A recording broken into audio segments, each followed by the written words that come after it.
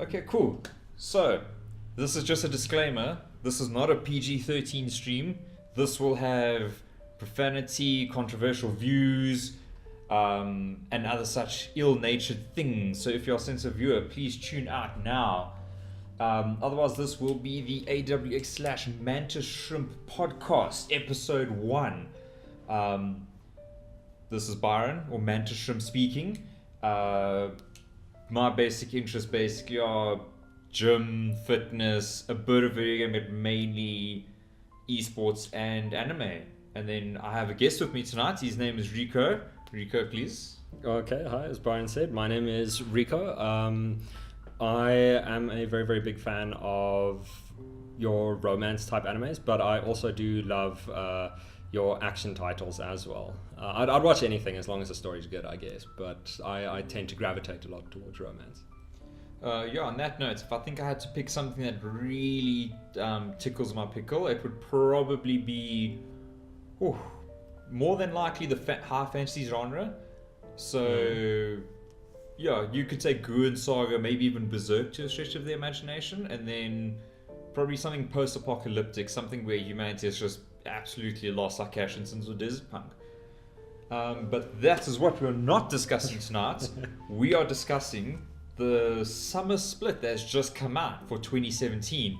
They have fully announced the list. Some of the anime have tentative dates when they're airing. So we're seeing about 35, 36 days countdown to some of the episodes, some as short as 30. Though I'm not feeling the summer release as I normally do. Normally it's like spring and fall are like your fillers. They're kind of like one or two gems in between, but mostly summer one comes in and it's normally the strong one. Yes, summer's normally the hardest hitting one, and then obviously winter. Here it actually feels a bit reversed because spring, we did actually see quite a few strong titles. We had Yujo Senki. For me personally, Demi-chan was terrific. We had Kuzuno Onkai, a lot of hard hitters, and now summer is sort of just like, oh hey guys, I'm here. Yeah. Obviously, the big fan favorite would be Attack on Titan season 2. Yeah. That a lot of people I know have been waiting absolute years for and has really delivered. And just as an example, I tend to choose about 6 different series to review from a season, because obviously there's so many. And during spring, I was really stretching like, which 6 do I choose? Which 6 will make the cut? And I was so spoiled for choice, because again, there was a lot of fancy stuff. So coming back to my preferences, I absolutely felt like there was so much to choose from. And then you got summer now, and I was genuinely struggling to pick 6. Yeah. The one I was trying to avoid was a bit of a pet favorite, which was from the Gatari series, because obviously Owari Monogatari GE in parentheses is coming out, and with the exception of that, finding 6 was exceptionally difficult. I don't know if you saw anything that maybe caught your eye in the summer. Selection. Being a fan of the romance or slice of life genre, you learn to go in with low expectations, and if you want to enjoy future shows, you generally tend to leave with even lower ones. But even by those standards, I mean, just looking at all the covers, as we're scrolling through them now, nothing catches me, if you know what I mean. It seems like it's going full product. They're churning out bland, uninspired garbage. Bit harsh maybe, but it's how I feel at first glance. No, definitely at first glance. I know you didn't have as much time to prep for the podcast as I did. I actually watched quite a few of the PVs, because 1 and 2 are out for many of these different titles. And obviously we briefly discussed this before coming on, but a lot of the big hits are not here. Obviously Shaft is present. We've got a production IG doing a ballroom type anime, so it's listed as a comedy, drama, romance, sport, so it's going to have a bit of a more competitive aspect to it than a romance mystery aspect. If you look at how well, it might be a bit of a loose comparison, but if you look at how well Yuri on Ice did, for example, it's not really too surprising that they'd maybe try to mimic the whole angle, because if I look at it as is now, I get that distinct vibe from it. Yuri on Ice really came in with kind of a ballroom aspect, with the figure skating and stuff, so who knows, maybe production IG is trying to mimic something along those lines. I know that the season, I can't remember the exact season came out, but obviously the season with Psycho Pass was paired along, what is it now? Robotics Notes. Yes. And Robotics Notes really felt like the safe pick. Here are all our character archetypes. It's a safe sci-fi idea. Interesting, but it wasn't anything crazy. We've seen very similar shows before. You could kind of cast it back to a little bit of a Metabots vibe.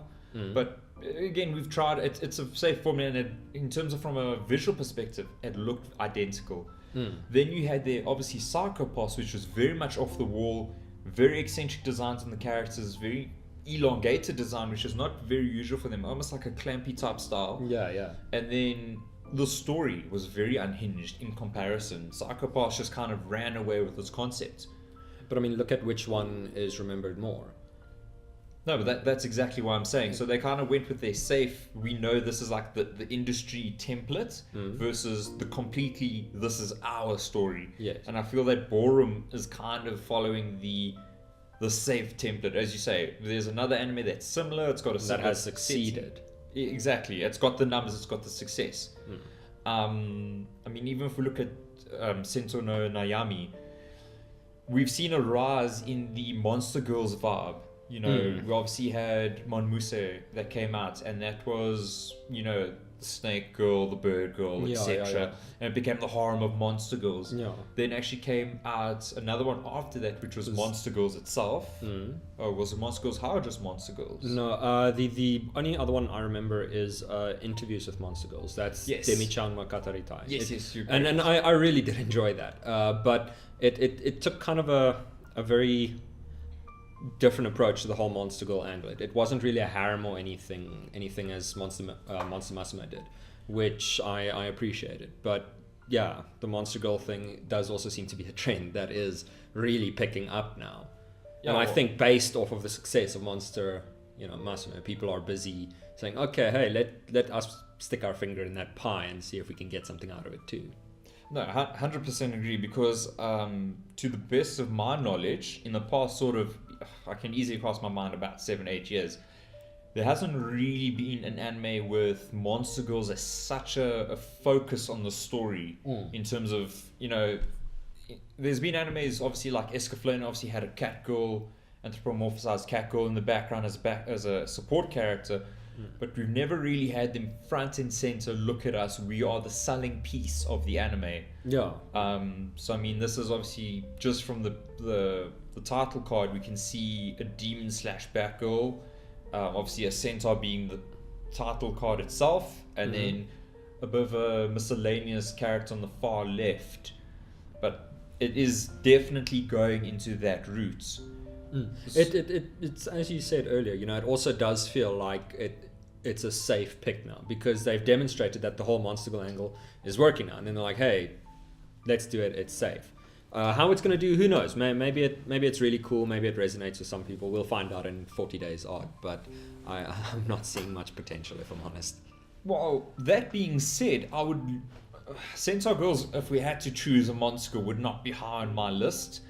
But even with that being said, Battle Girl High School, just the left done by Silverlink, looks absolutely trash. Even the title is generic. No, yeah, let's just start midway through the blurb. Standing boldly against these invaders are but ordinary girls. The Girls' Academy is a school for these Hoshiomori, or Star Guardians in parentheses. It just already sounds painful to watch. It sounds like this is the anime that breeds your quote-unquote dictionary basement weeb. Yes. Even the PV, as just, it's unimpressive. It's nothing, as you say, it's generic. The only thing appealing is the visual side. They've pumped all the budgets into the visuals, and the visuals are stunning, do not get me wrong, but again, there's no substance, especially for an anime set in apparently 2045. Exactly. Look, I mean, now obviously I know you'll guide me if we start going off topic here, but I personally do think that, as generic as it sounds, obviously these different titles, it might really resonate with someone, and that's cool for them, but the trend we are seeing is that it's so bland. I mean, just looking at the cover now, looking at the name, it's just like, guys, we needed to get something out where, fuck it, this is what we got. Take it, please. And that's what that screams to me. It's not something, I'd be clamoring to watch at all. No, again, 100% agree. And I know that there are roughly about 50-ish shows that now come out a season. And I realize that it's hard to get, you cannot have a star show in every slot, because if every show becomes a star show, all that happens is the bar gets raised and there are no more stars. This is the new standard. So you need the kind of the bad with the good with the bad. But again, that being said, this feels genuinely like 58, shows out of 50 filler, and then some potentials creeping in. Specifically though, A1 Pictures at least coming to the ball with the new Fate series.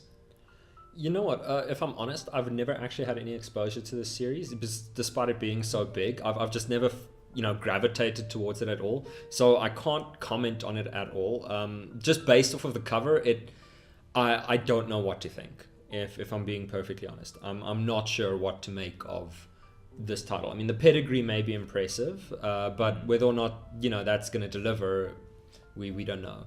Because Fate, Unlimited Budget Works was beautiful. It was absolutely beautiful. But even then, it did nothing for me, at least.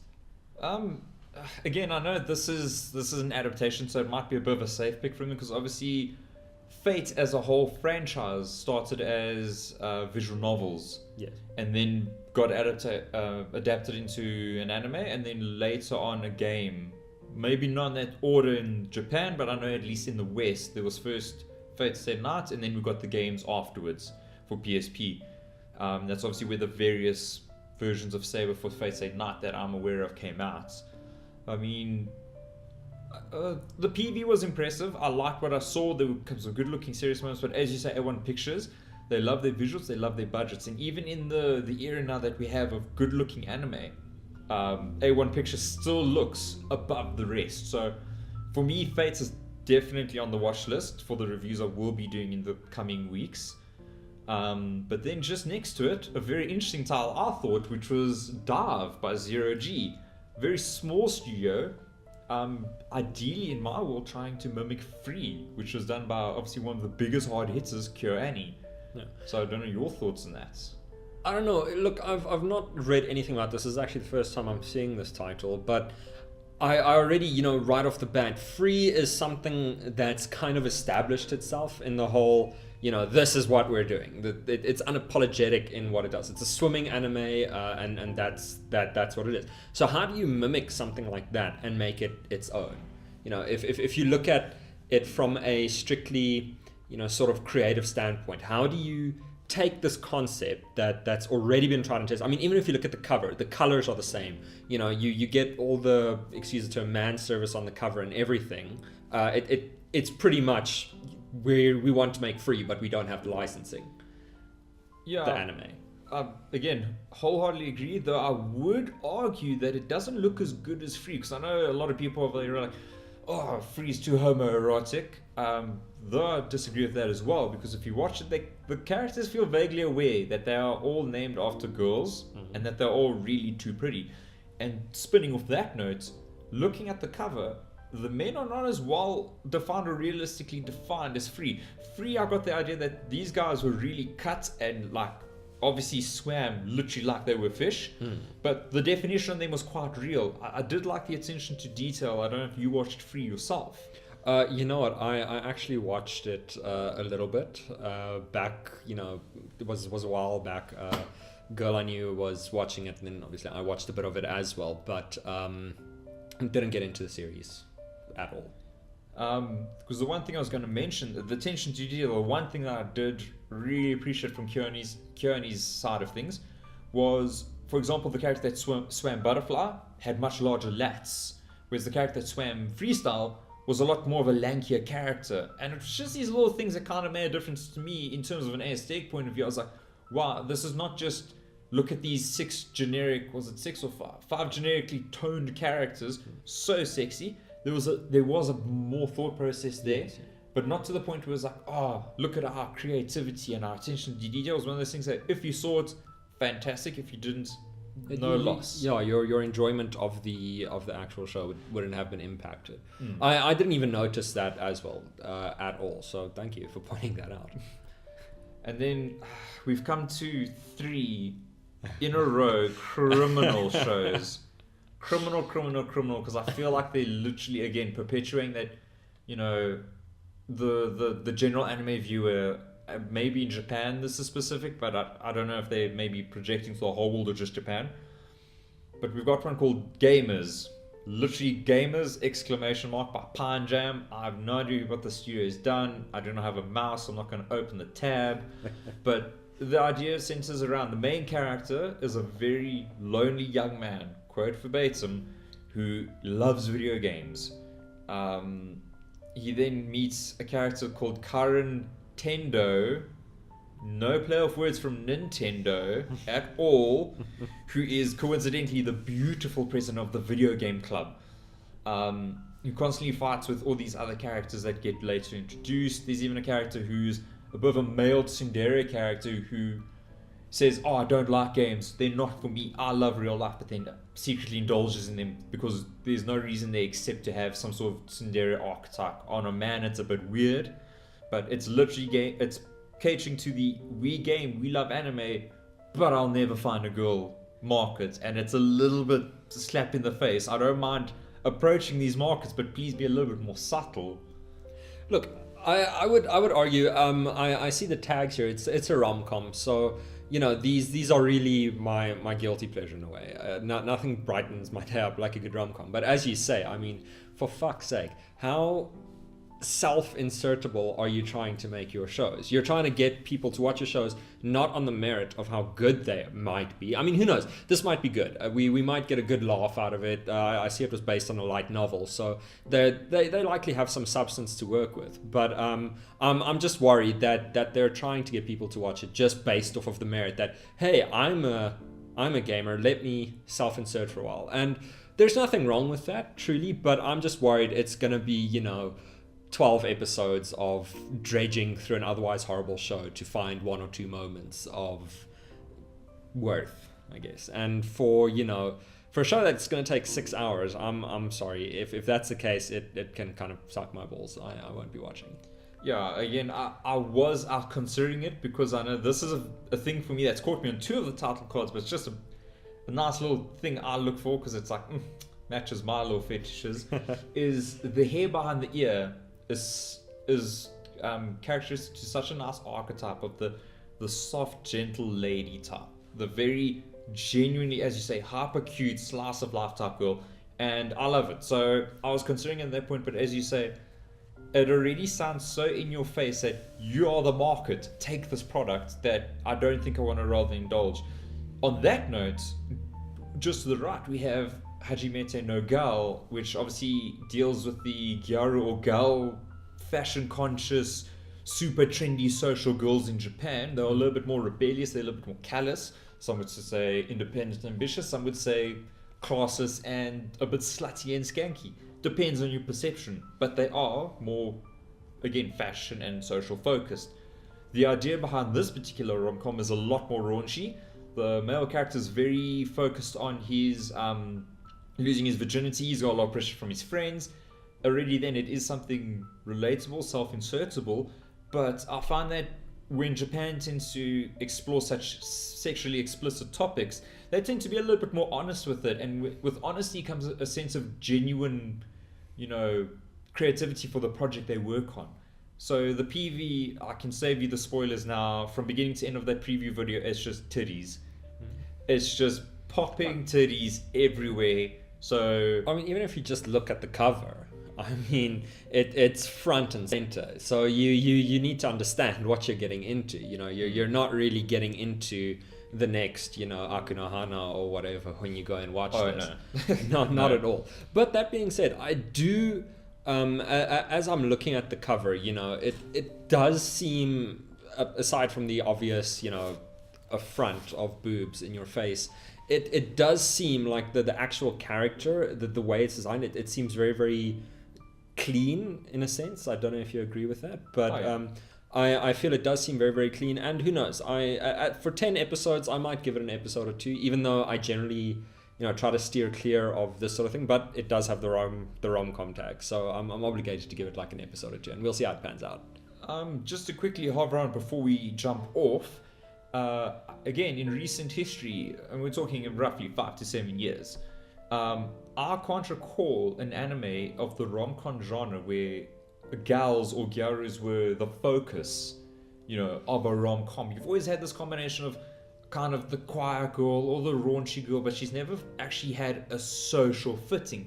This is based off an actual type of girl or woman that lives in Japan. So that's why, I'm quite interested to see where they take the direction. I know I said the PV was all titties, but there were one or two blinks where you're like, wow, this looks like it gets a little bit surreal to the point where it might slip in a bit of a social statement of Japan. Obviously, its main market is just going to be titties and ecchi rom-com comedy, but there's a little bit of hope. I'm definitely going to rather entertain that if I had to over the blatant gamers that literally says the lonely young man who loves games but is single forever.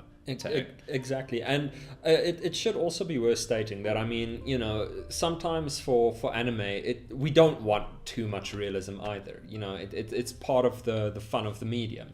Look, obviously we can have a whole other 3-hour long podcast about the fan service and the tits in your face approach, but I feel that bit of ridiculousness in anime is what makes it worthwhile. If we wanted the real experience of dating a fashion conscious girl or whoever, you'd go to Tinder or something like that. We wouldn't be watching anime, if you get my drift. No, exactly.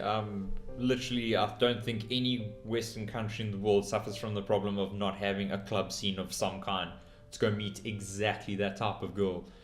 So swiftly moving on from those, just 3 in a row that we're quickly just going to blitz over.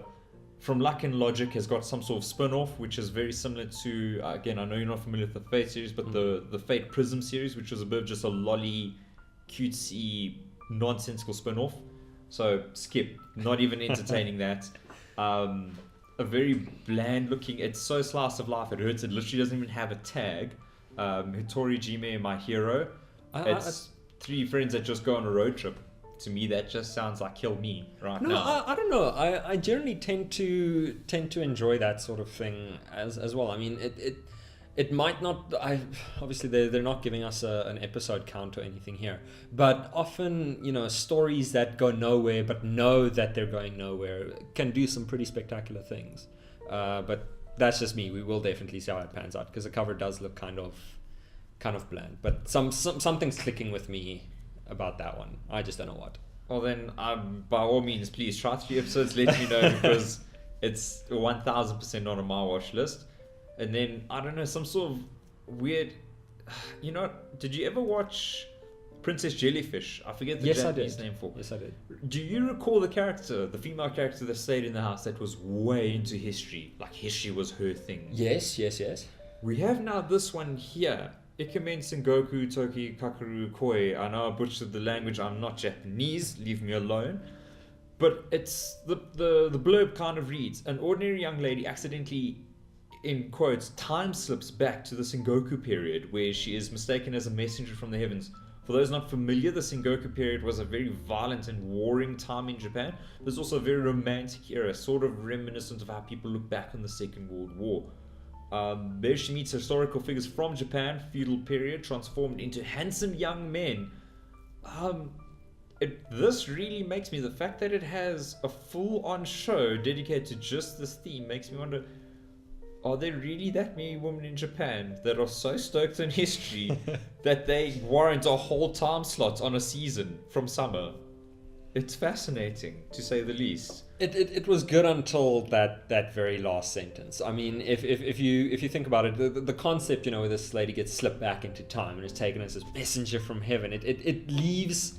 Or mistaken for her. Yeah, it leaves a lot of potential. And, the studio's intentions are made very, very clear, and this may just be me reading semantically into it too much, but when they say transformed into handsome young men, this is where my radar already is going off. I'm like, yeah, we can see where this one is probably going to go. Could be wrong, but I don't. No, I wholeheartedly agree. But this is one thing I skimmed over. Then I kind of came back just again trying to pick 6 shows. I read it and I was like, no, this is exactly, it's a typical reverse harem anime in terms of, you know, like brothers conflict, the one girl, many guys, no problem, girls can have their fun too. But the fact that the theme of history is so, you know, woven into this show, it's bizarre. I need to find out more if this is a thing in general, not about the show. The show looks trash. I literally didn't even read this. You're welcome to brief it. It's Isekai Shokudo by Silverlink. There's a restaurant called this long-ass Japanese name, translated thankfully into parentheses, Western Cuisine Cat Restaurant, located on the first basement floor of a building of a corner of a shopping district. While it normally feeds salarymen, there is a secret. Every Saturday, the shop takes a day off, and is full of special customers. For the office workers, it's a familiar place with familiar dishes, but for Saturday customers, it's nothing but cuisine never imagined. That sounds... It sounds intriguing, but it sounds actually, fucking dodgy. Now it's actually intrigued me because we've got a cute girl on the cover, a bit of a mysterious door in the middle of nowhere in the back, with a chef into a very warm-looking room, tagged comedy, fantasy, and mystery. Those are very unusual tags to have to find together, yeah.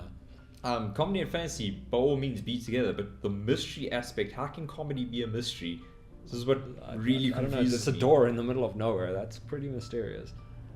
So maybe that has actually just kind of put a blip on my radar. It's a bit of hope there. For those that don't know the English name, because I'm going to use it because it's been around forever, is the 4th installment of Hellgirl. Any pubescent girl in high school who's vaguely gothic and has a diary will know of Hellgirl. The edgy revenge story of I wish bad things upon people that have done bad things to me and bad things happen. For me, uninteresting. Go watch the first 3 seasons. I'm not dedicating time to the 4th. I will admit, the first season of that was actually pretty cool. I'm busy watching through it myself now, and I do find the concept interesting, but to see that they've gone through with it for 4 seasons worries me. Again, you should be worried because if I'm not mistaken, I might be under quote here because I have not watched the first 3. They should have been based off the mangas, if I'm not mistaken. This one is tagged as original, so it's in-house. So we'll definitely see there is such a thing as too many good things. But then quickly swing around. If I'm not mistaken, did you say you enjoyed Konosuba? Konosuba? Look, it was one of those things where it was a good time watching it, but I mean, it's not something I came out remembering, 2 weeks down the line. It was a good time. I haven't touched the 2nd season yet, and I probably won't for another while, but it was okay. It was good. It did what it needed to. Because I feel like we've got somewhat of a Konosuba clone coming out of the woodworks. Is that the one to the left there? It is, most definitely. So before we even get to the name of the blurb, you remember obviously the setup for Konosuba was, I'm a real person from the modern world who has retained his memory and has come to this fantasy world and thought, fuck it, I am such a nerd, I can do this, and fails. We have something similar. The name, charmingly so, is Isekai wa Smartphone to Tomoni by Production Read. Production Read are obviously a filler studio in my opinion. Nothing memorable has come from them. Our main character is accidentally killed, and as an apology, God allows him to be reborn in a fantasy world and will grant him any one wish he desires. Stay with me. Stay with me. And so, to anyone... where was I now? You see, you made me lose my spot. And so, Toyo chooses to keep his smartphone in the next world. Any second chance at life, he befriends many important figures and comes across the world's secret, inherits the legacy of an ancient civilization, and travels around nonchalantly while. You know what? Already? Keep in mind, the PV is our single male character, the harem of the standard 6 very fantasy-looking girls, and then a sad-looking cat and a chipper-looking bear. You know what? Yeah, no. This looks like some bullshit. But already, if I look at just the whole smartphone thing, it's a stupid thing to pick at given the overall premise, but how the fuck is that smartphone even going to work if he gets transported to a whole different world? Well, the only thing you wouldn't have access to is essentially a cell phone coverage, but you would be able to like record, use it as a light, and in that era, until the battery dies in like that's 3 exactly days. what I was coming around. I was like, how the fuck is he going to charge? I mean, if you look at something like it's the only other anime that I know of that I actually watched that had that whole smartphone brought into this fantasy world. Did you ever watch ReZero? No, it's on my to-watch list, but someone actually spoiled it massively. I am so sorry. So the show kind of gives me a massive direction when I think about it. Yeah, I was very much excited to watch it. Dickhead. I'm so sorry. I hope you hid the body well. It's fine, I know the custom. But look, when in ReZero, the guy gets displaced, like your standard world displacement thing. He gets displaced and he has his phone on him. And, what I liked about that is at least it acknowledged that, look, this phone's going to die in a few days. I have no way to charge it. I can't do anything with it. But he still kind of uses it while it's alive and stuff. So I don't know. It seems like it's going to be unrealistically expectant of me to expect any form of, that kind of thought. Oh, he's going to charge it off their sexual energy. I can tell you right now. That would be my plan to segue. Or magic. But I don't know. Just looking at the cover, it's got the rom-com tag, I guess. But I don't know. This just looks terrible. It really does. At the risk of sounding like a snob, it seems like it appeals to the lowest common denominator. Yeah, as you said, it falls into the archetype so precisely. I mean, like you said, you have this one guy sitting on the throne in the middle, and then these 6 women surrounding him, and I don't know, it just looks like a crock of shit to me. Yeah, definitely going to give that a massive skip. Then, though, surprisingly, project number 9 coming out absolutely swinging with Jika no Shihaisha. Phenomenal, based off a manga. The PV is absolutely phenomenal. The blurb is short but to the point and leaves enough for the story to grow. So the basic premise is the story centers on the Kronos rulers who fight the time-eating demons that appear, that every time a person wishes they could turn back time. So some form of regret. Like, fuck, I wish I didn't do this back then. This would have been better or different. Bam, a huge demon appears and they have to fight it. The PV does such a good time showing off the 2D animation. There's a severe lack of CG, which to me is a bonus. Yes. The characters, though, there are 4 main characters revealed to us and then a 5th mysterious character. There are 3 characters with all the last name Putin and all like conquerors' names. So I found that quite an interesting theme. A very rogue character who's just kind of like obviously the birth of a wild card thrown into this family of 3. They're obviously related. And then a mysterious character just named Blaze. So a nice little mononym like Sure. But again, I like it that it's a cool premise. Here's what we do. You don't need to know more. No, this is also once again my first time actually seeing this title, and I mean, just off the cover alone, it looks like it's got some sort of substance to it. Might be a bit shallow to say, but yeah, it seems like this can actually be something that would be worth watching this season. Oh yeah, most definitely. Like I said, the subtle little bits of the show really shine when you watch the PV. The little bit of powers, the variation of what they do. It feels like a lot of our favorite supernatural kind of animes and even Western themes coming together. So that I'm actually surprisingly important. The character design and the arm design, the main character sitting front and center is phenomenal. So I am very keen to see that. We're gonna skip that. Just so you guys know why Rico is laughing. Mappa, the renowned studio, fuck all the tree, have released an anime now, or releasing, shall I say, an anime called Kakegurui. I think it's Kakegurui or something. There we go. Rico saved me. You don't read the blurb. It's about students. The better you gamble, the better your grades. Done. I am so uninterested. It hurts. There are tons of female characters, there's skimpy shirts, grabbing asses, obviously sexual deviancy will play into how good they gamble. I can see it now. One thing that does strike me about this, though, is the psychological tag. Granted, I mean, that could just be them saying, hey, they have to think about how they gamble, but I don't know. Yeah, it looks dodgy, but I mean... it looks like, you know, something like McDonald's, you know. I mean, no, it's probably not going to be good for you, but I'm at least going to check out the drive-thru and see if anything's worthwhile. I can tell you why the psychological tag is there. It's because the premise to obviously have some sort of conflict, because you can't just gamble randomly. There's no opponent, there's no sense of conflict. You gamble one-on-one against other people. So it's kind of feeling like a bit of a shitty rip-off of No Game, No Life, in terms of where that universe, everything was a game, but essentially games are gambling because you don't know what the opponent would choose. This is the exact same premise. So you choose an opponent in the school, you gamble, you win, you move up, the other person moves down. And this is how their ranking system works. So again, to me, a lot of the shows this season feel like there's been an anime before, but has done it better. By all means, take a previous theme and surpass it. I do not mind. That's how a lot of shows, you know, very few shows can claim to be the first of a genre, the first shonen, the first romance, etc. And then other anime after that have just built and improved on that. So for me, the name that I could not pronounce just looks unimaginative. Thank you, Mappa. But that being said, just to the right, Studio Rico, help.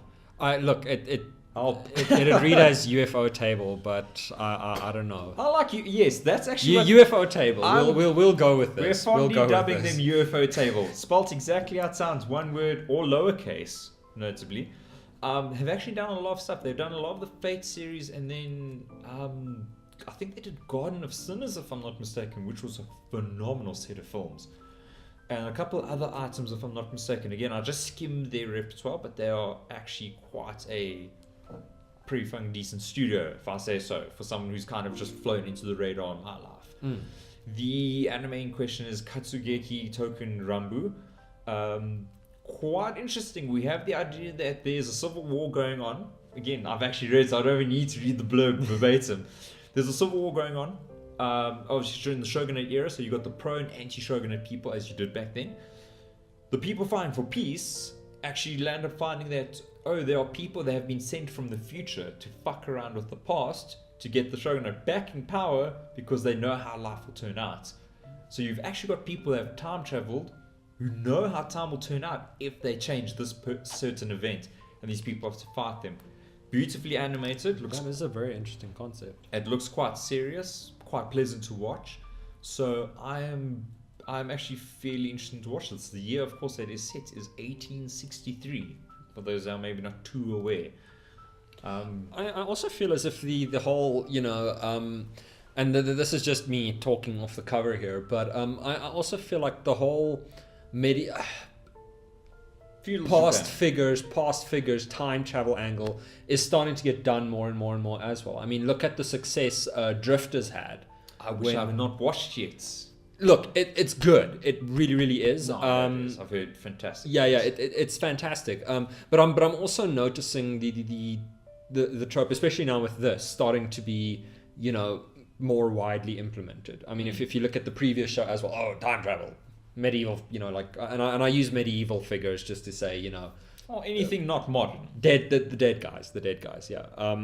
And it seems like this sort of style is also now being adopted more widely. I think it's still fresh enough to work, though I do hope the show does not fall into that trap of just trying to kind of leech off of Drifter's success.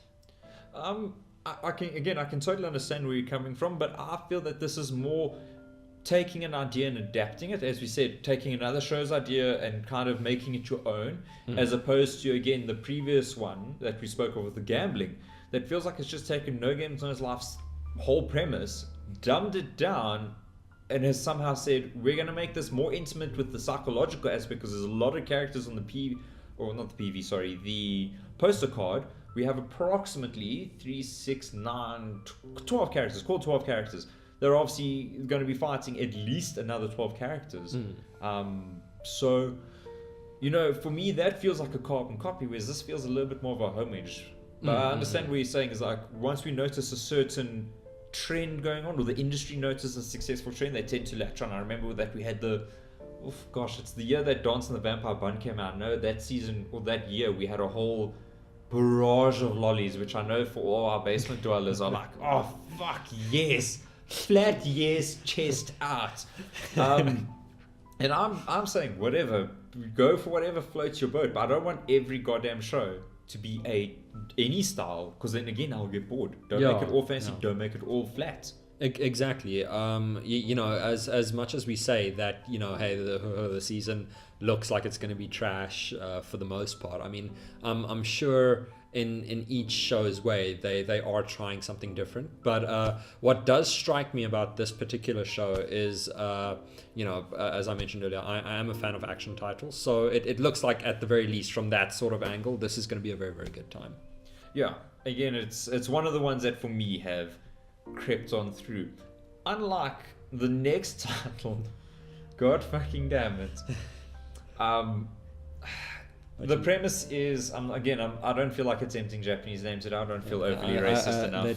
Let me try. Kapeki Danshi Ayama-kun. Kapeki Danshi Ayama-kun. There we go. Describe what's on this cover. Okay, so that everyone knows, there's a gentleman who looks like a janitor playing soccer. Everyone who gets triggered by the word soccer, it's in the blurb. If you prefer football, think it in your brain.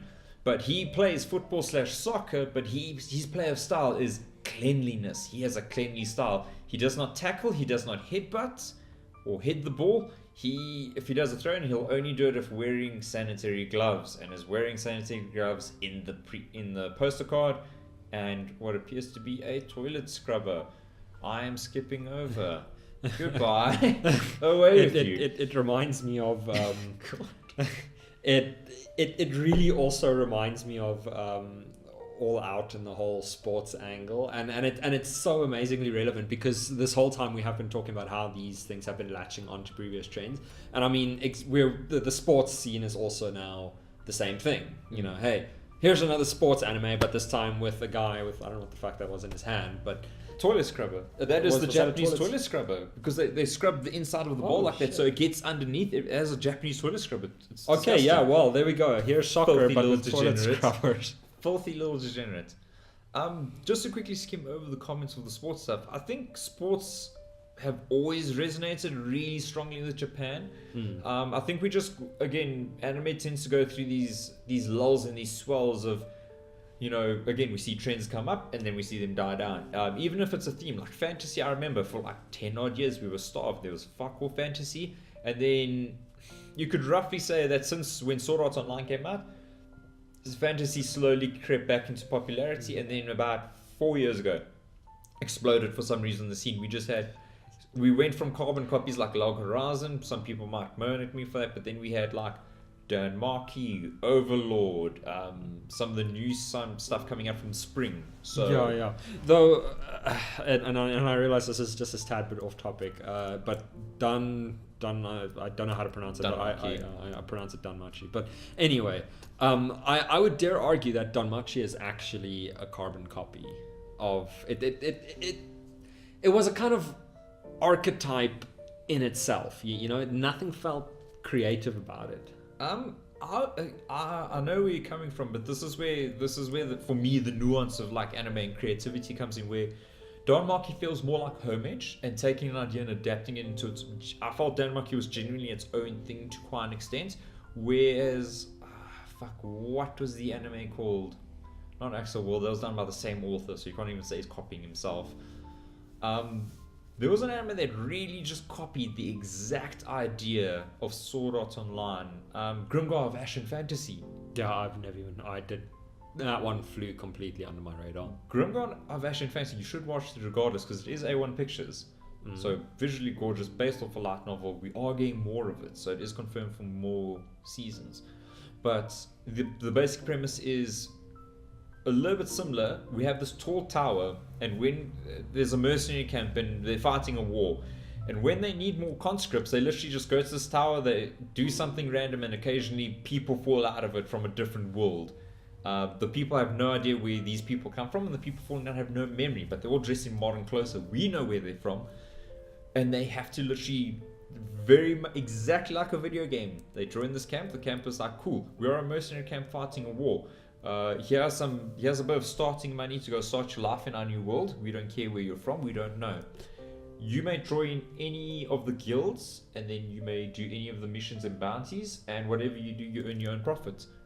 So it is exactly the mercenary type, but again, they have an actual game class system. The one guy becomes a dark knight, the one guy becomes a rogue and goes to the rogues guild. Yeah, yeah. And they actually have a proper party system. We're like, fuck, we need another healer, we need a tank. That's really cool though. Like No, but for me, that's carbon copy. No, you see, to me, Don Machi felt like whoever created it is like, hey, you know, guys, let's just make SAO with more fan service and blood. I mean, people have to be at least 15 now. Their parents let them watch it. That's what Don Machi felt like. Yeah, that's what Don Machi felt like to me. And don't get me wrong, I did enjoy my watch through of it, but it was one of those things that, like, the day after I'd watched it, I was like, oh yeah, that happened. Again, bit impartial because again, I love high fantasy and anything post-apocalyptic, not necessarily in the same show.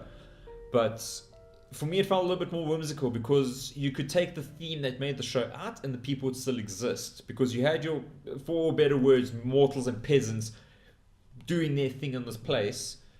And then the gods came down, not mortal, but they gave up their powers. And they start living with the mortals, do their thing, and then start forming little guilds and houses of that. It felt more like taking what was essentially Roman or Greek mythology and paying a bit more of a homage to that. I know where you're coming from the Sword Art Online angle, but I felt that it genuinely was like taking something that existed far before it and adapting it into a show. No, definitely. I can agree on that. But that being said, the spin-off looked trash. Don't watch it. Doesn't even involve the main character. Don Machi has a spin-off. It's a spin-off was announced. I don't know if you remember the blonde girl that saves him. Yeah? And that she was all like, oh, I'm the best. Well, she doesn't say she's the best, but everyone else jerks her dick off saying, oh, you're the best. She's got her own spin-off now. The show's all about her and her wandering little camp. That's stupid. It takes all the charm out of it as well. Because to me, the reason I went through Don Machi, despite my nonsense with it, was like this guy, this weak shonen trope. Exactly, like this weak guy is like, you know what, I'm gonna become better. I'm gonna fucking do this, and he goes out and he does it. I could have done perhaps with a little bit less of the whole, hey, you're actually really special. It's like, hey, they really did count that really hard. Like, yes, you're the chosen one. Go forth. And I was like, okay, look, it's good, but I think it could have been a lot more if they tried to wrangle it from a different angle, because it really did make it feel like if you look at as an example, Kirito's fight with the Minotaur boss in SAO, which was absolutely to date, it was still one of the fight scenes. I was like, you know what, this is fucking cool. I loved it. And you look at I even forgot the guy's name. What was the main character's name? Don Machi's main name. Yes. Oh, we're just gonna call him White Hair Kid. Yeah. Okay, the White Hair Kid. Yeah. His fight with also another Minotaur, goes exactly the same way. The conclusion was so much more explosive, literally. It was, but because I'd already seen it, a la SAO, I was like, okay, this is cool. And I enjoyed every single second of that fight. It's my jam. But I just felt that, we could have done so much more. And this is actually why the other title you recommended to me, we just spoke about that. It's why it actually sounds pretty fucking cool. Yeah. But anyway. But like I said, we did digress there a little bit. Let's come back to assessing the summer 2017 stuff. Quality content. Yeah. When we digress, that summer's been fantastic. So Knights and Magic by 8-Bit. For people that aren't too familiar with 8-Bit's work, let's actually just browse. I'm actually feeling that cheeky. Oh, new tab. Wow, the future is here. What a time to be alive. What a time to be alive. Too late to explore the world, too early to explore the universe, but at least I got me those dank memes. Oh, sorry, Maymays. I don't want to be uncool. We're going to spin back to that. Based off a light novel, though, it is action fantasy mecha with our very young, very, I want to say Catholic boys. We got short pants and some sort of boots, and we're missing parts of our shirts. That's show debate right there. Oh, yeah. That is strong show debate. And I'm not saying there's anything wrong. If there's any ladies watching that like their young men in mechs, go for it. Yeah, by all means, this is your time to shine. But in this story, but you're gonna love the premise again. Remember how we just discussed gamers? You know, when you say I'm gonna love the premise, I can pretty accurately wager I'm not. But please, enthrall me. Okay, enthrall so me. as we just discussed with gamers, being very aware of their demographic, this is, I dare to say, gamers and the other one. No, you see, you cheating. I just read the first line. Yes. So Okay. An otaku dies, a Japanese mecha otaku dies, so very specific, in a car accident, and his soul is reincarnated to another world as Ernesti Echevarria. Eru inherits memories and interests from his previous life, so he's vaguely aware of what he is and what he did. And then aims to be the pilot of the Silhouette Knights and a mech, assuming a large humanoid weapon that really exists in this world. For me, I'm gonna skim over that. That's that done. But let's just see the pedigree of stuff. Grisio no Meikyu, for those who are not aware, it was meant to be an assassin anime that had lots of titties and got lots of votes. Tokyo Ravens, which was painfully average for me. I don't know how the fuck it gets 74.9 out of 100. This is any chart though, or any list, and this is where the weebs tend to dwell. We've got the Macross franchise, which is I'm not a fan. The old Macross was okay. The new stuff is trash. I'm not old enough to have watched the old Macross. If you missed it, don't, I'm sorry. Don't run back to that boat. It's old. Aquarium. Infinite Stratos. Infinite Stratos for me, great premise, did nothing, and this is my problem with the studio. Shonen made was trash. Aquaria and great premise went nowhere. Horrible mechs though. All Alone with You was I can't say I loved it. Rewrite was also under par. Grisha no Mirku, if you're not aware, they've done about 4 or 5 spin-offs because they were like titties and guns seem to make money. It'll work eventually. Yeah, Absolute Duo was cute. It was basic. I enjoyed it for a but by no means something special. As you can see, we just have so many Walkure romance. It's not Japanese, don't hate. I don't make up these words, blame the East. Again, they tend to cater to some level of violence, titties, or mech. And that's why for me, 8-bit has literally always been the filler studio. So people are aware of how bad I really think this is. That being said, this is up your alley. Yeah, genuinely. You know what? I was hoping, I could have the first say on this as I saw it. But right off the bat, let's try the name Koitu Uso. Nice and easy. Yeah. Fuck that. Yes. But the blurb is lies are forbidden and love more so. In the near future, when you turn 16, you are assigned a marriage partner by the government. And Yukari Nejima is a below average 15-year-old, but within him hides a heart burning with passion. In this world in which love is forbidden, what will happen to him? Look, admittedly, the blurb doesn't move me too much. But the art style on the cover, I mean, if you just look at the way they do the eyes and the hair, that's romance. Yeah. This reminds me of Kuzuno Honkai. Now, if you're unfamiliar with that, Kuzuno Honkai was a anime to have aired last season, and it was a super, super, super dark take on the romance genre. Like when I first heard of it, I'm like, hey, I'm expecting Toradora with sex, and I got Evangelion with sex. It was super, super, super dark. Evangelion had one-sided sex at least. Yeah, no. Ray had a good time. Not Ray, sorry. Asuka had a good time in her hospital. Yeah, no, okay. Before the party van shows up. Take my mayonnaise. No, but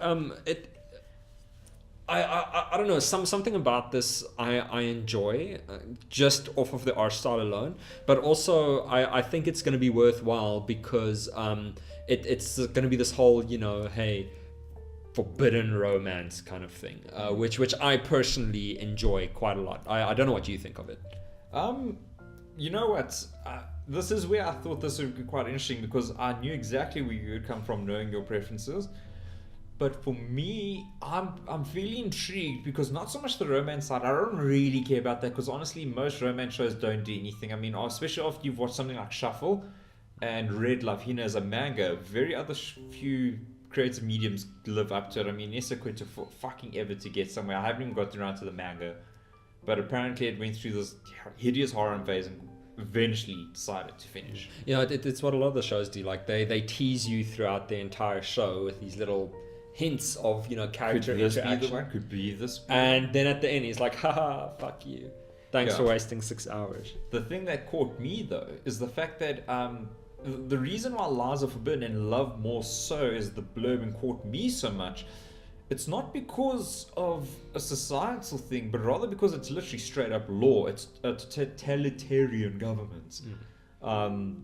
And for me, it's kind of, I'm nowhere near the comparison to Shimonetta, but in terms of the fact that, you know, the government is like, we are going to interfere in your personal life. And that's why I find it so interesting, because obviously the premise is painfully clear. He's going to get mashed up with someone who slowly grows on him over time, but he's going to have immediate eyes for someone that's not her. And we're going to see how we play with this idea that the government just should not be in our lives. So it was potentially on my list, but feels stuff I leave for, like, you know, my spare time in general, unless it's something quite explosive like Nisekoi, where it's got quite a bit of romance, but it's got enough other stuff to really keep you going and interesting stuff to write about. No, fair enough. Look, my own views on Nisekoi are I did not enjoy it that much. But the digression aside, though, what I also like about this is, and why I think it would be put a bit more thought into, especially in regards to, you know, your whole totalitarian government and stuff. I'm glad you can say that word. Totalitarian. Again, he does it. Damn. Yes, totalitarian. Okay, I'll stop now. But if you look at, for instance, the situation in Japan with their whole birth crisis now, you know, not enough people are getting married, not enough people are having kids to replace the aging workforce.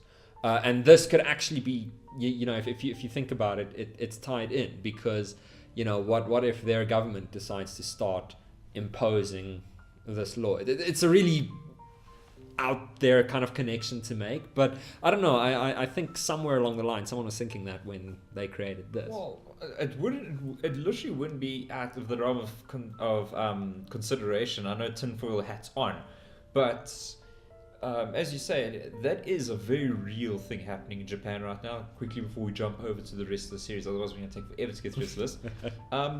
If your society is literally destroying itself, you have to take extreme measures to intervene on that society. In the day and age where we live, where you've got so much access to, like, potential students' grades, their grade projection, income projection of parents and what they're earning at the moment, you can pair up people in a similar sense or a balancing sense. So you take a really one poor half, a much off better half, mash them together. Not only have you potentially fixed a birth rate issue, you've fixed an economic issue, because you're taking a poor person who's then forming a couple with another person, which people tend to do naturally, but you're not incentivizing it, you're forcing it. But you would think that the government would think that, oh, that's great. Okay, tinfoil hats off. We're not digressing. We're going to skim over the studio periods. For those not aware, the guys that animated Naruto and a whole bunch of other terrible shows. Not saying Naruto's terrible, saying the other shows they animated were terrible. It is a ladies anime. It's called Konbini Kareshi. It is literally tagged slice of life. And it's about how 6 very lanky gentlemen in high school who look ready to live their lives, ladies, become friends, and how they all meet at this convenience store and how it brings them together. Moving on. Looks quite gay. Not gay, just the Fujoshis are gonna have a great time. The guys are gonna, like, I can see a skit where, like, spills his noodles on a friend. He's gonna be like, oh, sorry, let me touch your chest and get that off. And he's like, oh god, what are these feelings? Made in the Abyss, though, by Cinema Citrus with a K. I know K's aren't pronounced as C's, but Cinema Citrus sounds dumb. Cinema Citrus is a play on words. The Abyss is the lost, unexplored place of the world. Strange and wonderful creatures roam within, and it is full of precious relics that present humans can't recreate. Those that dare to explore the depths are known as cave raiders. An orphan girl named Riko lives on the rim. God damn My it. god, you live on the rim. That's quite interesting, Riko. Her dream is to become a cave raider like her mother and solve the mysteries of It Trails Off. It looks cute. It looks like a fantasy anime, but honestly, the idea of super young children going on this weird adventure honestly makes me uncomfortable. So, hard skip. I don't know if you want to watch. I suppose I am obligated to watch it because, you know. Young children? No. Because Never mind, moving on. Okay, production IG really throwing out some side project to some interns, I think. Mahojin Guru Guru, a new adaptation of the Mahojin Guru Guru manga, is literally the blurb. Yeah, seems swiftly like moving past. It's This anime looks like such trash, and the next one coming up by TMS Entertainment, which are normally an average or slightly above average year for me. Nanomaru Sanbatsu is an anime all about quizzes. The competitive quiz scene, to be exact. It is thus a sports anime. You know what? I've heard worse premises. There's literally an anime that's like about the man who bakes, and that was so interesting. I loved it. His hands are literally like God baking hands. Do I say sarcasm? No, legit. Oh, Go okay. carry it up. There's literally an anime about baking. Is it Yakutate Japan? Yes. Yes, I was just about to comment on that. Yakutate Japan was fucking incredible. It was incredible. That's what I'm saying. You can literally take the premise. The blurb would read, "He makes bread," and it came out well. But it was done. It was done creatively. No, but that's what I'm saying. Japan can take any premise, and providing depending who's working on it, can make it amazing. But this being said, the preview video was trash. Again, the girl's doing my little signature thing where she puts her hair behind her ear. I was like, oh my god, watch the preview video, and quickly close the tab. It is so uninteresting, it hurts. So, moving on. This one I know you were excited for when I first described it to you. Creators in Pack Tokyo, the studio who did this. Netsuzo Trap. Obviously, just literally that name exists to create the acronym NTR. For those who are not aware of what NTR stands for in Japan, it is a theme of where you cuckold your partner, regardless of sexual orientation. The premise of this particular show is two girls one is already dating someone, another girl, her best friend gets a new boyfriend. So understandably so, the one girl's like, please, would you mind going on a double date with me? It makes me less nervous. I want to be in a bit of a group setting. Totally understandable. The blurb still has me. Then it goes on. But when Hotaru offers herself to Yama as practice, both girls realize they're more interested in each other than they are her own boyfriends. What concerns me is that in the real world, we would just go, oh gosh, we're lesbian, we're breaking up with these guys, and we're moving on with our lives. This is adding the sick twist of we're still gonna kind of be with these guys and do stuff with them, but we're gonna les out hard. So again, massive skip. I don't know what your thoughts on this are. I don't know, man. I'm.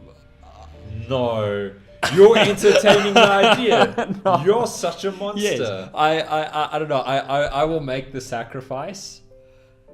I love how you say it with a smile on your face.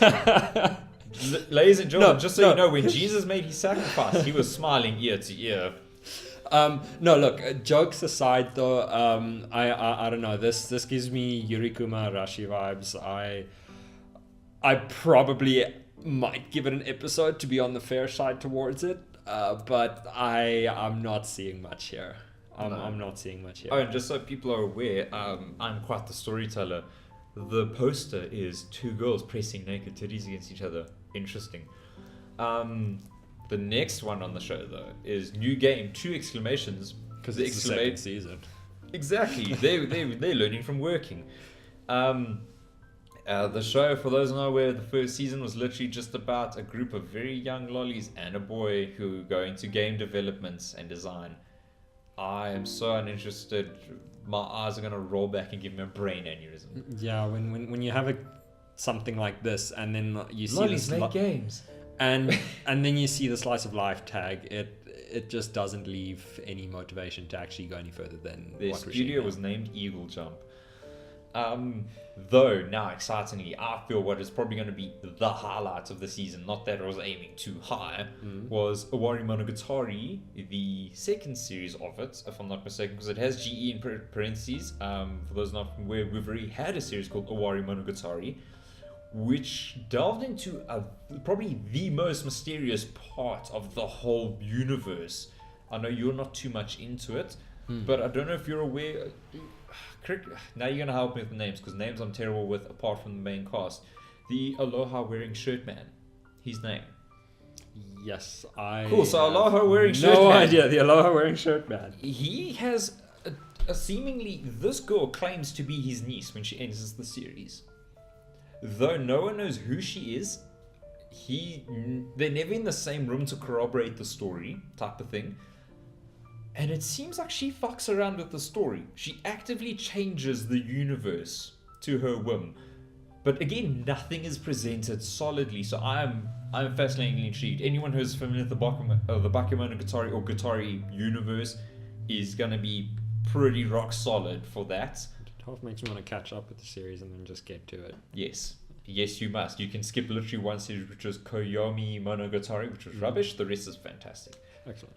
Now we have a series I begrudgingly put on my to-watch list for my reviews. Please don't tell me it's the one on the left. It is. Why?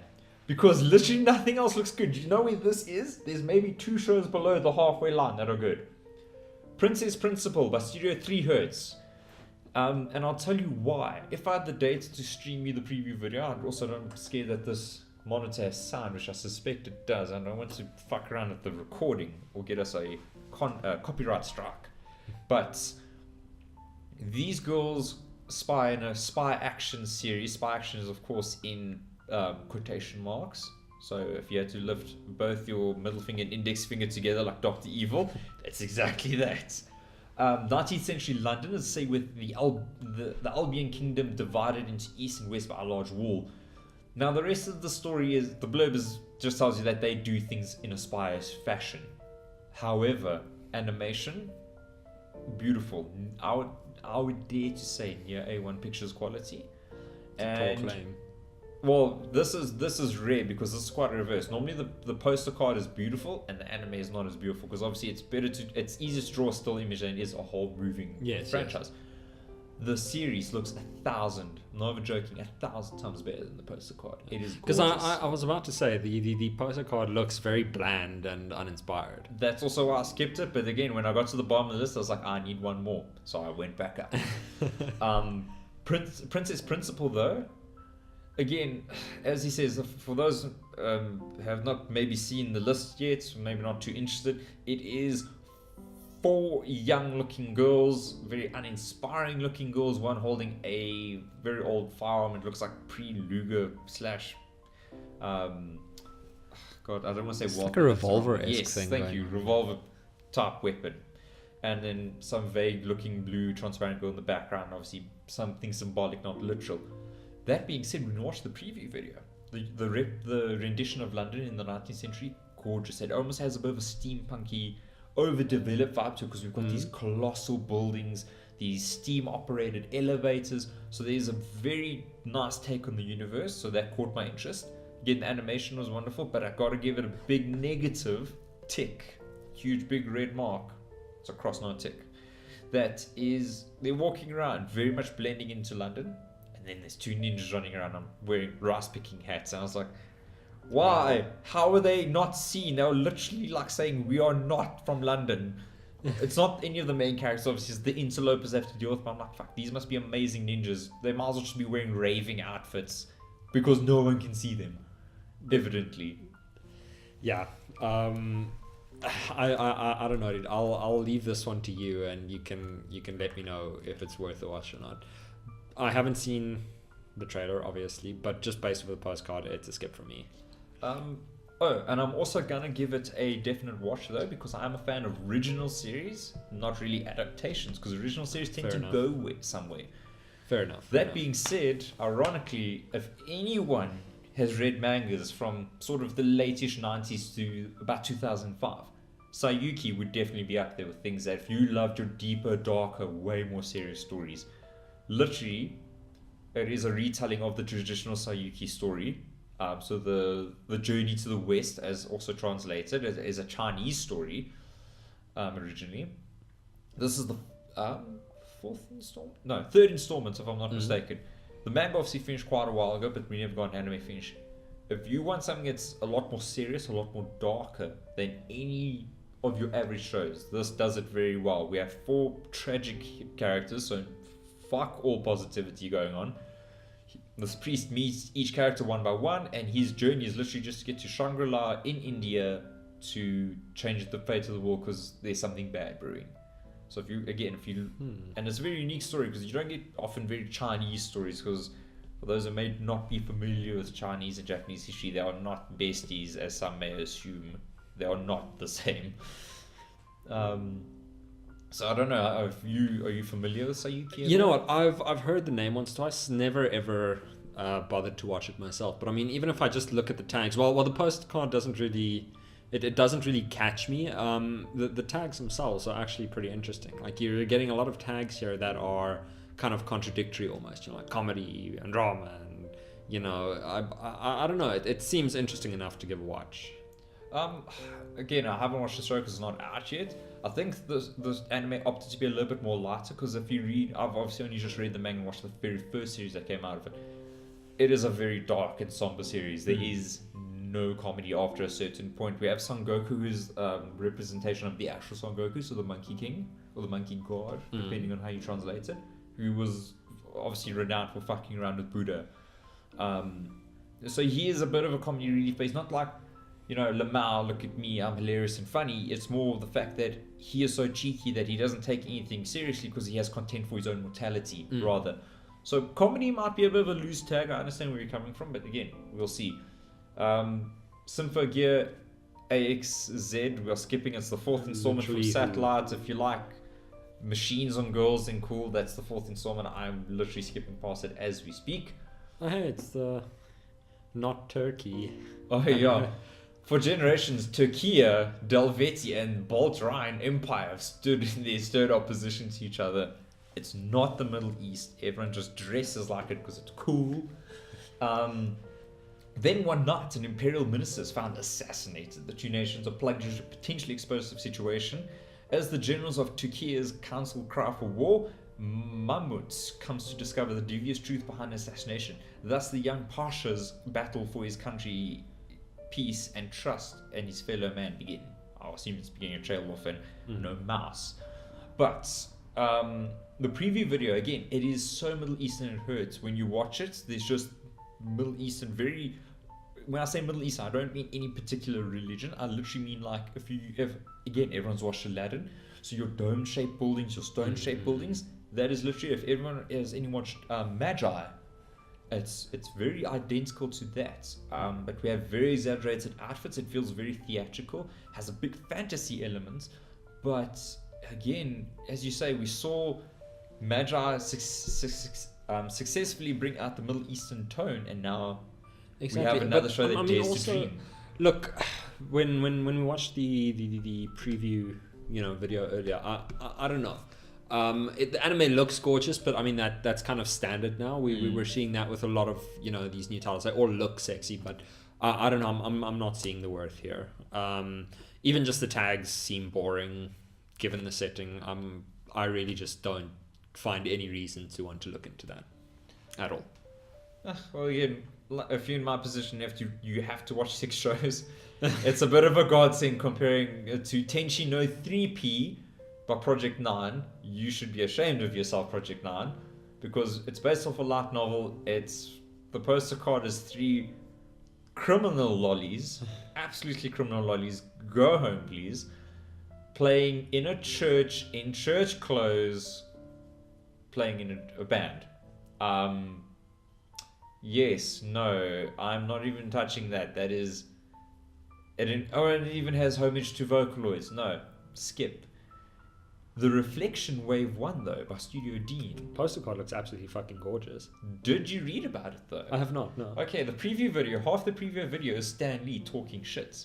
Because it's a Stan Lee production. It's made by Stan Lee. No, seriously? Yeah. Holy shit. Did you not know that he's been kind of trying to jump into the Japanese scene? No, he not actually did a manga a little while ago. Again, of course, we all know it's a Stan Lee manga because he cameos as the one of the characters, as himself. But no, he in, I think it was like 2000 and, oh gosh, what year were we in? 17. So we've been about 2011, 2012. Wow.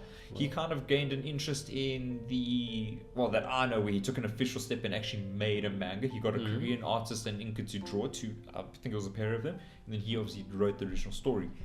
But he wanted something to be properly Asian vibed, but still have the Western superhero ethos and design to it. I mean, if you look at the background of that card, you can see it there. Oh yeah, it's 100%. Western. Yeah, it's 100% Western. For those who are not aware, it's traditional like contrasting colors. So we have a red character and a blue character.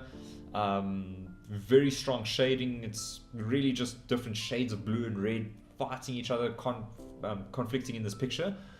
And then the idea is that the event is called The Reflection, all caps. Some people in all parts of the world are discover a superpower, so it's kind of like an X-Men vibe. But then the idea is that some become heroes and others become villains. But the preview video though does not tell you what the blurb tells you, because in the preview video they reveal to you a little bit of a hint to the story that most people opted to be villains. So most people are dicks in this universe.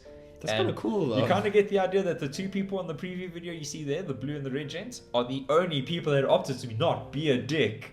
So I'm not going to watch it straight away, but I'm definitely interested. I'm not a huge fan of Stan Lee. He's a bit of a thieving dickhead, but he is quite good at what he does.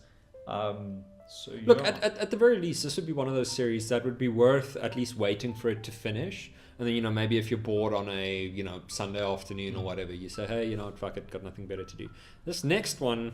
Oh, yes. This is right up my alley. Like, super, super feel-good vibes.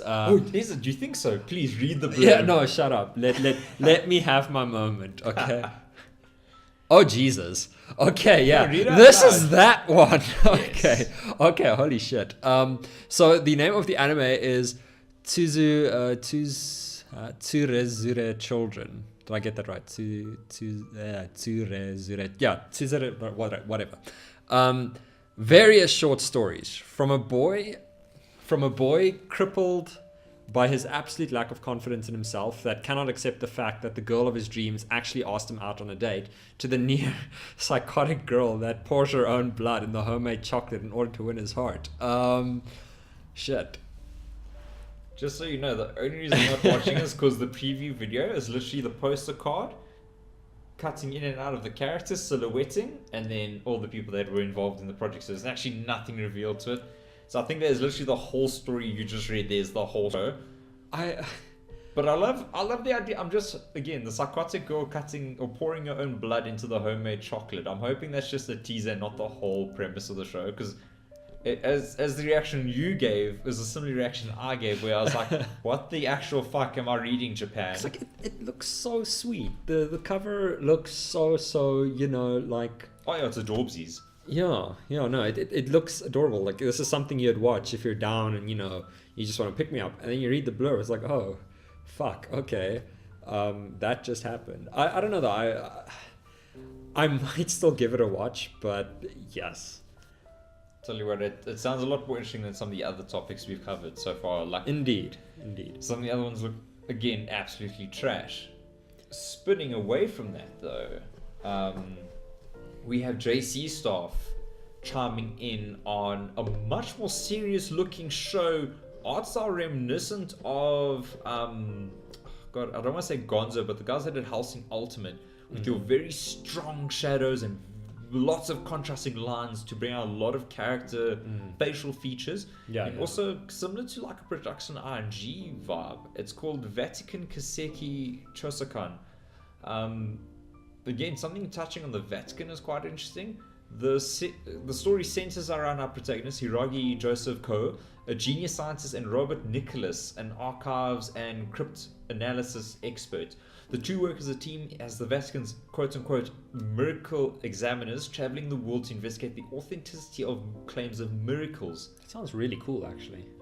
It sounds absolutely fascinating. For me, you obviously know JC, I don't want to say their most recent work, but Scientific Railgun and Magical Index were both JC stuff. Obviously, you just like Exo Saga. For people that maybe watch a little bit more old school stuff, that's JC. And then they've done a lot of tongue-in-cheek stuff, but nothing concrete and conclusive. I feel that they do good, never bad, but never great. Yeah, they're like the most okay studio. They have moments where the show shines, but it doesn't shine long enough for you to go, must watch every JC show. It's not a Shaft, it's not a Bones, etc.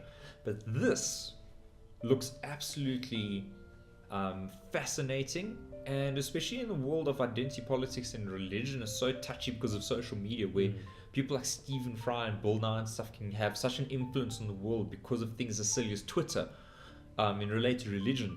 this could be absolutely, again, interesting from a perspective that's coming from Japan, a country that's not, to my knowledge, overly religious in the Christian sense or the Catholic sense. Yeah, I mean, it's also rare where you get, if we had people watching it here in South Africa or over in the States, it's also rare that something created by a completely different continent can be so relevant to you as an audience. Because I mean, we've got a lot of guys who are still, Catholic, Christian, whatever. So seeing an anime go this route, especially from the studio, it piques my interest 100%. I'd be keen to watch this one. Yeah, absolutely. Especially if you look at, just a quick segue for people that maybe don't follow our podcast or our website at the Nexus here, awx.co.za, little shout out there. Far Cry 5 was announced, and I don't know if you saw anything about that. I'm super excited for it. Have you seen how people have been bitching though? The Americans are calling for it to basically be a different game, but that's only because it touches so close to home, and that's what I'm saying. Obviously, these two demographics don't, mesh. Your common Western person doesn't really watch anime, and the people that watch anime are generally more open-minded. So I just found it interesting that because Far Cry is mainstream, people bitch about it, but you get something like this where they literally are like, these people go to validate miracle claims with almost scientific analysis. Exactly. Is absolutely fascinating. Yeah, and especially given our discussion about how a lot of the shows this season seem to be clinging on to past successes, like, in terms of genre and concept. True. Seeing something that goes is like, hey, let's have these two guys working for the Vatican who go out and examine miracles scientifically. To see if they can be logged as a certified miracle for the Vatican. That's fantastic. Easily something I would, I'm sure a lot of people would be keen to watch as well. And just touching on again before we get to the last two of our segments, as you said, a lot of shows cling on to previous successes. Again, nothing wrong with that by all means. If it works, don't break it. But to people that invent a whole new genre or story, that's, for me, was quite original. And speaking of that, though, just see now, it's not original in-house, it's not manga. So I'm just wondering where this is coming from. I actually need to research that in my spare time. But as you said, it's, for me, I've never heard of something quite similar. You might have things where you can say, this is similar to that and similar to that, but we're not talking similarities. We're talking like, Grimgar, Nash Fantasy, and Dan Markey are the same. Yeah. They are identical. In terms of, I think, overall genre. And just story, they're identical. Okay. Yeah. Sorry. We'll come back to that. Yeah, we'll get back to it. Then we have a bit of a no-name thing. I don't know if people just haven't managed to find the studio name. So there is no studio listed for this just as of yet. We're of course checking this at 8:15 plus 2 GMT. Don't know if we still even use GMT. Don't care. South African time. Yokai Apato no Yuga na Nichijou. I was first keen on watching this. It piqued my interest. It had a bit of a Studio Ghibli, I don't even want to say Mushishi because Mushishi is fucking godlike, but almost Mushishi vibe where we're exploring the idea of spirits and stuff in a very layman's way. It's not something sinister with a massive agenda. They just kind of exist. But just to save you a bit of time, it looks terrible. The preview video looks so bland. The spirits literally look like, please let this make our show sell. Yeah, it's a pity though, because I mean, as I read the blurb here, it really is something that has a lot of potential going for it. But yeah, damn, if the preview video makes it seem a bit bland, that's a fucking pity. Well, preview videos aren't everything, but again, I don't want to have to research the show to the point where I know the story and then go, oh wow, this is worth watching when I haven't watched it. You either need something first impressions matter. Yeah, again, when I'm looking for a show covered in the previous article, I look at a poster card, a title, a blurb or a preview, or all four in a combination to decide, because I don't want any more information than that. I don't want you to reveal the big twist and then go, oh fuck, well that's such a cool twist. I want to watch up and lead to see what happens. No, I don't care, because now you've ruined the twist. That's the point. For me, that's the point of the show. No point watching it. So normally shows get about 3 preview videos each and then a proper trailer. So I've only seen preview video 1, if I'm not mistaken, unless I've updated it. But again, not not tickling my fancy, and the fact that it has no studio listed is also like a bit begrudging, because it's not that it's a constant, but generally studios tend to do the same thing. We don't see studios deviate from their comfort zone often in terms of quality of story, quality of animation. Yeah. So, and then our last contender for the evening is done by Studio Lecher. Oh god, This is a hell of a name. let me get my big boy Japanese voice on. Yokoso Jitsuyo Roko Shijo Shugi no Kyoshitse e. You know what? The art is gorgeous. I don't know if you agree with that at all for the poster card anyway. It looks like it's got quality to it, but I don't know, something just isn't clicking, for me at least. I'll tell you what made me click. I know people are gonna be like, "Oh, typical fucking South African," but the story is about segregation, and I love the idea of that. But a segregation in a personal capacity, meaning that these people go to the senior high school. It's got the state-of-the-art facilities. It's basically the best school in the country. They try to make it out. And students have a lot of freedom in terms of they can wear anything, they can bring any hairstyle, any personal effects they desire. I don't know how much liberty the show takes with that, because any personal effect could be anything from like a computer or a Game Boy to a gun or a knife, because it's any personal effect. Exactly. So it leaves the imagination quite open. It seems like a utopia, it says, this high school, but the truth is that only the most superior students receive favorable treatment. Which means it sounds like they've created a dog-eat-dog world. You know, this sounds so great. I don't have to play by any rules, but that means no one does. Yeah, so like only the students that excel get a little bit of an extra so like it's a sort of like an Elysium kind of vibe. Oh yes, most definitely. What's interesting about this one though is the rom-com tag. Yes. I mean, you know, when I was looking at the postcard, I didn't catch that now, but that changes things a bit, because I'd be curious to see how they reconcile this whole, you know, theme of segregation with a rom-com, something that's normally so happy-go-lucky and carefree. It looks interesting. Yeah. So again, the tags are user added. Anyone can log in and add these tags. So if you for sure know that it is from, like, if you've read the light novel, for example, because it is adapted from one in this instance, and you know for a fact, psychological plays a big part of this. You can add the tag. Oh, I did not. But that means someone, though, undoubtedly has read this and knows about it and has added comedy romance. So again, as you said, fairly intrigued myself. One of those weird shows where the preview video is nothing to go off. It looks very plain, very low budget, but I'm hoping that it's just because the show might not be, I don't want to say uninteresting, but they don't want to give away any of the story because it might be a short series. Again, something that's like a 12 episode series, you can give away the premise of the story and that's the hook gone. There's no reason to watch it. Yeah. Not every show is going to be explosive like Attack on Titan, where every third episode's a new mystery in season 2. You know, some shows are like Beyond the Boundary, where the show is one character's essential story, one point of the show, and it builds up to that conclusion. And if you give away the premise even, I feel that you are robbing quite a bit of an experience away from the show. Exactly. So I'm hoping that they're doing something similar, where they literally are just like, here's what it looks like. Watch it. Yeah. See, ideally you'd watch an anime like that. You know, obviously you'd wait for the whole thing to finish and then, you know, just watch it all at once. But I don't know. It looks like it's going to be a good time. Yeah. And then that actually concludes every show coming out now for summer 2017. Obviously, there are things like the leftovers, the specials, the films, but we're not going to cover that because... It's 20 past 8. Say again? It is 20 past 8. It is 20 past 8, which means this is going to be quite a long podcast. Tex will be ecstatic. It means I have to edit fucking tons of stuff. Thank you very much, Rico. It's a pleasure. You're everyone's... You did most of the talking anyway. You're everyone's favorite girl from Gunslinger Girl. Because there's a Rico in there as well. Christ's sake. Where's your boy? I can't remember. I don't know. Did you watch Gunslinger Girl? No. Phenomenal.